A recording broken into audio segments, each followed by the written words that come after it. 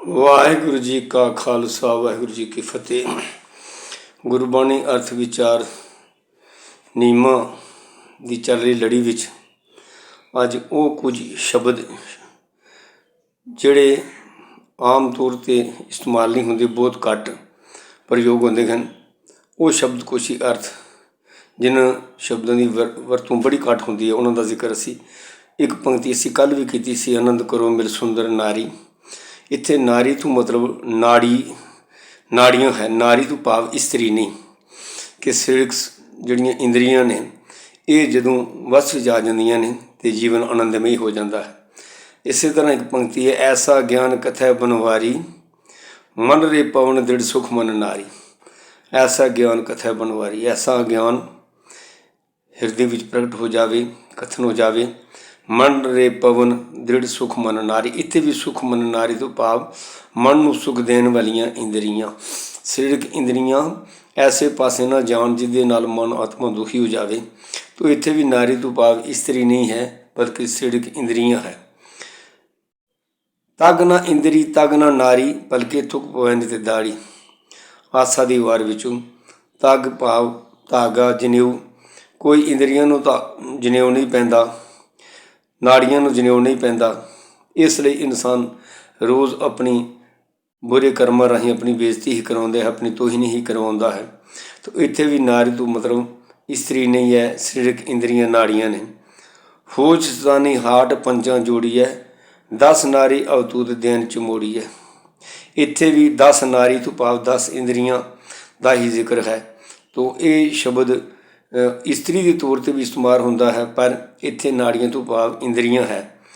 ਜਿਨ੍ਹਾਂ ਬਾਤ ਕੋ ਬਹੁਤ ਅੰਦੇਸ਼ ਰੁੱਤੇ ਮਿਟੇ ਸਭ ਗਿਆ, ਸਹਿਜ ਸੈਨ ਅਰ ਸੁਖ ਮਨ ਨਾਰੀ ਊਦ ਕਮਲ ਬਿਕਸਿਆ। ਇਸ ਪੰਕਤੀ ਵਿੱਚ ਵੀ ਇਹੀ ਜ਼ਿਕਰ ਹੈ ਕਿ ਜਿਨ੍ਹਾਂ ਬਾਤ ਕੋ ਬਹੁਤ ਅੰਦੇਸ਼, ਜਦੋਂ ਮੇਰੀ ਆਤਮਿਕ ਅਵਸਥਾ ਗੁਰਬਾਣੀ ਅਨੁਸਾਰ ਬਦਲ ਗਈ, ਉੱਚੀ ਅਵਸਥਾ ਹੋ ਗਈ, ਤਾਂ ਜਿਨ੍ਹਾਂ ਗੱਲਾਂ ਦਾ ਮੈਨੂੰ ਬੜਾ ਅੰਦੇਸ਼ਾ ਰਹਿੰਦਾ ਸੀ ਤੇ ਮਿਟੇ ਸਭ ਗਿਆ, ਸਾਰੇ ਅੰਦੇਸ਼ੇ ਝੋਰੇ ਮਿਟ ਗਏ। ਸਹਿਜ ਸੈਨ ਅਰ ਸੁਖ ਮਨ ਨਾਰੀ, ਹੁਣ ਸਹਿਜ ਅਵਸਥਾ ਬਣ ਗਈ ਹੈ ਅਤੇ ਸਰੀਰਕ ਇੰਦਰੀਆਂ ਵੀ ਵਸ ਆ ਕੇ ਸਭ ਸੁੱਖ ਮਨ ਨੂੰ ਸੁੱਖ ਦੇਣ ਵਾਲੀਆਂ ਹੋ ਗਈਆਂ ਨੇ। ਊਦ ਕਮਲ ਬਿਕਸਿਆ, ਅਤੇ ਉਲਟਾ ਹੋਇਆ ਹਿਰਦੇ ਦਾ ਕੋਲ ਫੁੱਲ ਵਿਕਾਰਾਂ ਵਾਲੇ ਪਾਸੇ, ਹੁਣ ਉਹ ਧਰਮ ਵਾਲੇ ਪਾਸੇ ਪਰਤ ਗਿਆ ਹੈ। ਅਣਖਦ ਸ਼ਬਦ ਵਜਾਏ ਹਰ ਜੀਓ, ਘਰ ਆਏ ਹਰ ਗੁਣ ਗਾਵੋ ਨਾਰੀ। ਅਣਖਦ ਸ਼ਬਦ ਵਜਾਏ ਹਰ ਜੀਓ, ਉਹ ਪਰਮਾਤਮਾ ਅਣਖਦ ਸ਼ਬਦ ਹਿਰਦੇ ਵਿੱਚ ਵਜਾਉਂਦਾ ਹੈ, ਘਰ ਆਏ ਹਰ ਗੁਣ ਗਾਵੋ ਨਾਰੀ। ਇਹ ਮੇਰੀ ਸਰੀਰਕ ਇੰਦਰੀਓ, ਤੁਸੀਂ ਉਸ ਪਰਮਾਤਮਾ ਦੇ ਗੁਣ ਗਾਵੋ ਜਦੋਂ ਪਰਮਾਤਮਾ ਨੇ ਸਾਡੇ 'ਤੇ ਮਿਹਰ ਕੀਤੀ।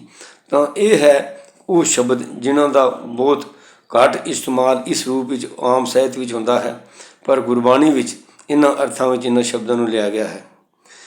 ਨਿਮਰਤਾ ਪ੍ਰਗਟਾਓ ਸ਼ੈਲੀ ਅਤੇ ਵਾਚਕ ਅਰਥਾਂ ਦੇ ਥਾਂ ਅਸਲ ਭਾਵ ਦੀ ਪਛਾਣ ਦੇ ਹੀ। ਨਿਮਰਤਾ ਪ੍ਰਗਟਾਓ ਜੋ ਸ਼ੈਲੀ ਗੁਰਬਾਣੀ ਵਿੱਚ ਵਰਤੀ ਗਈ ਹੈ, ਉਹਦੇ ਭਾਵ ਅਸੀਂ ਸਿੱਧੇ ਅਰਥ ਉਸ ਤਰ੍ਹਾਂ ਦੇ ਨਹੀਂ ਕਰ ਸਕਦੇ, ਗੁਰੂ ਸਾਹਿਬ ਵਾਸਤੇ ਵੈਸਾ ਨਹੀਂ ਸੋਚ ਸਕਦੇ ਜੈਸਾ ਉਹਨਾਂ ਨੇ ਆਪਣੇ ਲਈ ਨਿਮਰਤਾ ਵਿੱਚ ਆ ਕੇ ਉਹ ਲਫ਼ਜ਼ ਵਰਤੇ ਹਨ।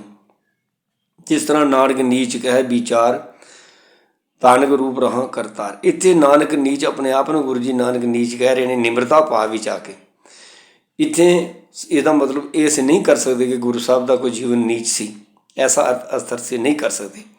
ਮੈਂ ਕੀਤਾ ਨਾ ਜਾਤਾ ਹਰਾਮ ਖੋਰ ਹੂੰ, ਕਿਆ ਮੂੰਹ ਦੇਸਾਂ ਦੁਸ਼ਟ ਚੋਰ। ਇੱਥੇ ਗੁਰੂ ਸਾਹਿਬ ਆਪਣੇ ਆਪ 'ਤੇ ਟੁਕਾ ਕੇ ਗੁਰੂ ਪਿਆਰੇ ਪਾਤਸ਼ਾਹ ਕਹਿ ਰਹੇ ਨੇ, ਮੈਂ ਕੀਤਾ ਨਾ ਜਾਤਾ ਹੈ ਪਰਮਾਤਮਾ ਤੇਰਾ ਮੇਰੇ ਲਈ ਕੀਤਾ ਉਪਕਾਰ ਮੈਂ ਨਹੀਂ ਜਾਣਦਾ, ਹਰਾਮ ਖੋਰ ਮੇਰੀ ਅਵਸਥਾ ਹੈ। ਹੁਣ ਕਿਆ ਮੂੰਹ ਦੇਸਾਂ ਦੁਸ਼ਟ ਚੋਰ, ਮੈਂ ਦੁਸ਼ਟ ਸੁਭਾਅ ਮੈਂ ਚੋਰ ਸੁਭਾਅ ਤੇਰੇ ਅੱਗੇ ਕਿਸ ਤਰ੍ਹਾਂ ਸੁਰਖਰੂ ਹੋਵਾਂਗਾ, ਆਪਣਾ ਮੁੱਖ ਜਿਹੜਾ ਕਿਵੇਂ ਲੈ ਕੇ ਆਵਾਂਗਾ। ਇਸ ਦਾ ਮਤਲਬ ਇਹ ਨਹੀਂ ਕਿ ਗੁਰੂ ਸਾਹਿਬ ਦੇ ਜੀਵਨ ਵਿੱਚ ਇਹ ਕਮਜ਼ੋਰੀਆਂ ਸਨ, ਨਹੀਂ। ਆਮ ਇਨਸਾਨ ਜਿਹੜਾ ਹੈ ਉਹਨਾਂ ਦੀ ਕਮਜ਼ੋਰੀਆਂ ਨੂੰ ਗੁਰੂ ਜੀ ਆਪਣੇ 'ਤੇ ਟੁਕਾ ਕੇ ਨਿਮਰਤਾ ਵਿੱਚ ਆ ਕੇ ਉਹ ਗੱਲਾਂ ਕਿਸੇ ਨੂੰ ਕਹਿਣ ਤੋਂ ਭਾਵ ਹਰਾਮਖੋਰਾਂ ਨੂੰ ਹਰਾਮਖੋਰ ਕਹਿਣ ਦੇ ਥਾਂ, ਦੁਸ਼ਟ ਚੋਰਾਂ ਨੂੰ ਚੋਰ ਕਹਿਣ ਦੀ ਥਾਂ ਆਪਣੇ ਆਪ ਨੂੰ ਕਹਿ ਕੇ ਆਪਣੇ ਅੰਦਰ ਹਰ ਇਨਸਾਨ ਦੀ ਝਾਤੀ ਪਵਾ ਰਹੇ ਨੇ ਕਿ ਬਈ ਕਿਤੇ ਤੂੰ ਦੁਸ਼ਟ ਚੋਰ ਤੇ ਨਹੀਂ, ਤੂੰ ਹਰਾਮਖੋਰ ਤੇ ਨਹੀਂ ਤੇਰੀ ਅਵਸਥਾ। ਇਹ ਇਨਸਾਨ ਆਪਣੇ ਆਪ ਦਾ ਬੰਦਾ ਪੜਤਾਲ ਕਰੇ। ਇਸ ਲਈ ਗੁਰੂ ਸਾਹਿਬ ਆਪਣੇ ਆਪ 'ਤੇ ਟੁਕਾ ਕੇ ਇਹ ਨਿਮਰਤਾ ਪ੍ਰਗਟਾਓ ਸ਼ੈਲੀ ਵਰਤ ਰਹੇ ਨੇ ਗੁਰਬਾਣੀ ਵਿੱਚ, ਪਰ ਇਹਦੇ ਸਿੱਧੇ ਅਰਥ ਨਹੀਂ ਕੀਤੇ ਜਾ ਸਕਦੇ। ਇਸੇ ਤਰ੍ਹਾਂ ਪਿਆਰੇ ਇਨ ਬਿਦ ਮਿਲਣ ਨਾ ਜਾਈਮੇ ਕੀਏ ਕਰਮ ਅਨੇਕਾ, ਹਾਰ ਪਰੇ ਸੁਆਮੀ ਕਾ ਦੁਆਰਾ ਦੀਜੈ ਬੁੱਧ ਵਿਵੇਕਾ। ਪੰਚਮ ਪਾਤਸ਼ਾਹ ਜੀ 641 ਪੰਨੇ 'ਤੇ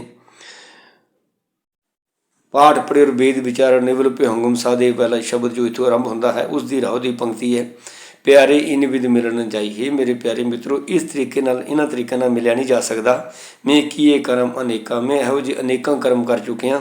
हार परे स्वामी के द्वारा दीजै बुद्ध विवेका, मैं हार के प्रभु के दर ते अट गया हाँ कि मैनू विवेक बुद्धि बख्शिश होवे। तो इत्थे पूरे शब्द दे विच ਉਹ सारे अणमति कर्म कांडां दा जिक्र है ਜਿਹੜੇ ਧਰਮ ਦੇ ਨਾਂ 'ਤੇ ਕੀਤੇ ਜਾਂਦੇ ਨੇ, ਪਰ ਵਾਸਤਵਿਕ ਧਰਮ ਨਾਲ ਉਹਨਾਂ ਦਾ ਕੋਈ ਸੰਬੰਧ ਨਹੀਂ ਹੁੰਦਾ। ਪਰ ਉਹ ਗੁਰੂ ਜੀ ਨੇ ਆਪਣੇ 'ਤੇ ਝੁਕਾ ਕੇ ਸ਼ਬਦ ਉਚਾਰਨ ਕੀਤਾ। ਇਹਦਾ ਮਤਲਬ ਇਹ ਨਹੀਂ ਕਿ ਗੁਰੂ ਸਾਹਿਬ ਦੇ ਵੀ ਕੋਈ ਐਸੇ ਤਰੀਕੇ ਸਨ ਜ਼ਿੰਦਗੀ ਜੀਉਣ ਦੇ ਕਿ ਪਿਆਰੇ ਇਨ ਬਿਦ ਮਿਲ ਨਾ ਜਾਈ, ਮੈਂ ਕੀਏ ਕਰਮ ਨੇਕਾਂ। ਵੀ ਗੁਰੂ ਅਰਜਨ ਦੇਵ ਜੀ ਨੇ ਕੋਈ ਐਸੇ ਕਰਮ ਕੀਤੇ ਸਨ ਜਿਨ੍ਹਾਂ ਦੇ ਨਾਲ ਮਿਲਾਪ ਨਹੀਂ ਹੋਇਆ ਤਾਂ ਉਹ ਅਹਿਸਾਸ ਕਰ ਰਹੇ ਨਾ, ਐਸਾ ਨਹੀਂ ਹੈ। ਗੁਰੂ ਅਰਜਨ ਦੇਵ ਜੀ ਬਚਨ ਤੋਂ ਹੀ ਆਪਣੇ ਗੁਰੂ ਪਿਤਾ ਜੀ ਦੀ ਰਹਿਬਰੀ ਦੇ ਵਿੱਚ ਪੂਰਨ ਗੁਰਸਿੱਖੀ ਜੀਵਨ ਜਿਉ ਰਹੇ ਸਨ ਤੇ ਸ਼ਹੀਦਾਂ ਦੇ ਸਰਤਾਜ ਕਹਿਲਾਏ। ਇਹ ਕੇਵਲ ਸੰਸਾਰ ਦੀਆਂ ਕਮੀਆਂ ਦੇਖ ਕੇ, ਸੰਸਾਰ ਦਾ ਉਗਣਾ ਭਰਿਆ ਜੀਵਨ ਦੇਖ ਕੇ, ਕਰਮਕਾਂਡੀ ਜੀਵਨ ਦੇਖ ਕੇ ਗੁਰੂ ਜੀ ਆਪਣੇ ਆਪ 'ਤੇ ਟੁਕਾ ਕੇ ਦੱਸਦੇ ਨੇ ਵੀ ਇਹਨਾਂ ਕਰਮਾਂ ਦੇ ਕੀਤਿਆਂ ਪ੍ਰਭੂ ਦੀ ਪ੍ਰਾਪਤੀ ਨਹੀਂ ਹੁੰਦੀ। ਵਿਵੇਕ ਬੁੱਧੀ ਨਾਲ ਪਰਖਣ ਦੀ ਲੋੜ ਹੈ ਕਿ ਕਿਹੜਾ ਕਰਮ ਅਸਲ ਵਿੱਚ ਦੇਖਣ ਵਿੱਚ ਖਾਲੀ ਧਾਰਮਿਕ ਹੈ ਜਾਂ ਕਿ ਇਸ ਦੇ ਰਾਹੀਂ ਇਨਸਾਨ ਧਰਮੀ ਬਣਦਾ ਹੈ। ਕੁਝ ਕਰਮ ਐਸੇ ਹੁੰਦੇ ਨੇ ਇਨਸਾਨ ਧਰਮ ਨਹੀਂ ਬਣਦਾ, ਕੇਵਲ ਕਰਮਕਾਂਡੀ ਬਣਦਾ ਹੈ। ਤਾਂ ਉਹਨਾਂ ਕਰਮ ਕਾਂਡਾਂ ਨੂੰ ਗੁਰੂ ਸਾਹਿਬ ਨੇ ਮੁੱਖ ਰੱਖ ਕੇ ਇਹ ਨਿਮਰਤਾ ਪ੍ਰਗਟਾਵ ਸ਼ੈਲੀ ਗੁਰਬਾਣੀ 'ਚ ਵਰਤੀ ਹੈ।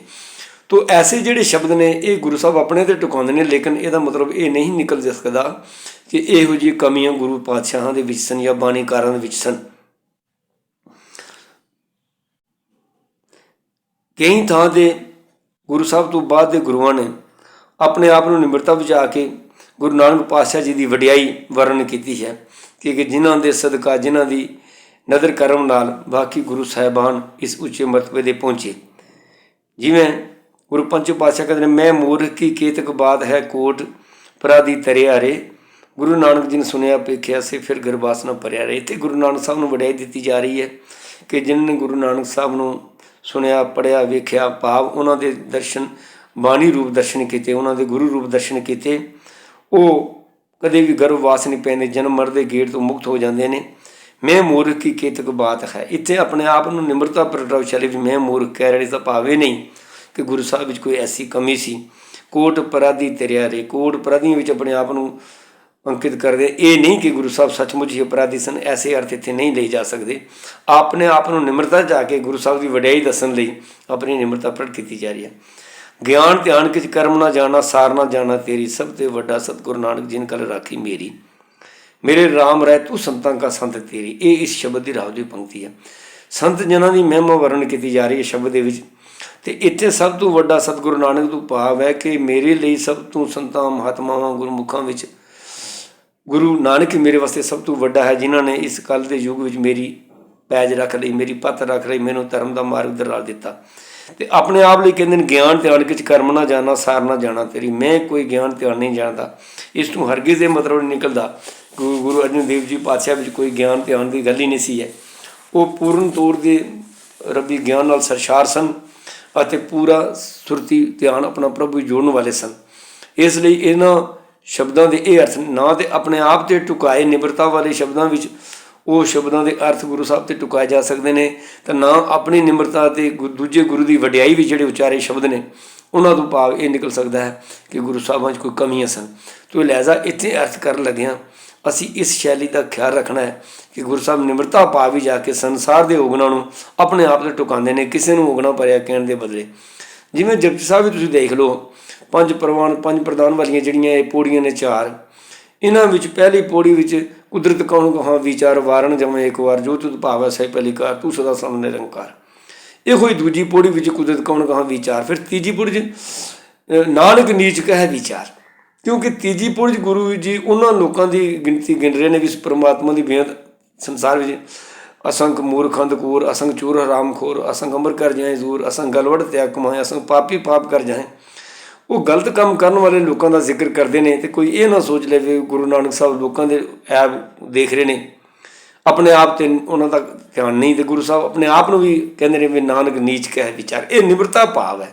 ਇੱਥੇ ਗੁਰੂ ਸਾਹਿਬ ਨੀਚ ਨਹੀਂ ਸਨ, ਆਪਣੇ ਆਪ ਨੂੰ ਨੀਚ ਇਸ ਲਈ ਨਹੀਂ ਕਹਿ ਰਹੇ ਕਿਉਂਕਿ ਉਸ ਪੌੜੀ ਵੀ ਤੁਸੀਂ ਦੇਖ ਲਵੋ, ਪਹਿਲੀ ਪੌੜੀ ਵਿੱਚ ਵੀ ਆਪ ਕਿਸੇ ਨੂੰ ਮਾੜਾ ਨਹੀਂ ਕਿਹਾ, ਦੂਜੀ ਪੌੜੀ ਵਿੱਚ ਜਪ ਤਪ ਕਰਨ ਵਾਲੇ, ਚੰਗੇ ਕਰਮ ਕਰਨ ਵਾਲਿਆਂ ਦਾ ਜ਼ਿਕਰ ਕੀਤਾ, ਤੀਜੀ ਵਿੱਚ ਜਿੱਥੇ ਮਾੜੇ ਕਰਮ ਕਰਨ ਵਾਲਿਆਂ ਦਾ ਜ਼ਿਕਰ ਕੀਤਾ ਉੱਥੇ ਆਪ ਵੀ ਨਿਮਰਤਾ ਜਾ ਕੇ ਆਪਣੇ ਆਪ ਨੂੰ ਵੀ ਨੀਚ ਹੀ ਕਹਿ ਰਹੇ ਨੇ। ਤੋ ਐਸੇ ਅਰਥ ਅਸੀਂ ਨਹੀਂ ਕਰ ਸਕਦੇ ਜਿਹੜੇ ਲਫ਼ਜ਼ੀ ਅਰਥ ਬਣਦੇ ਨੇ।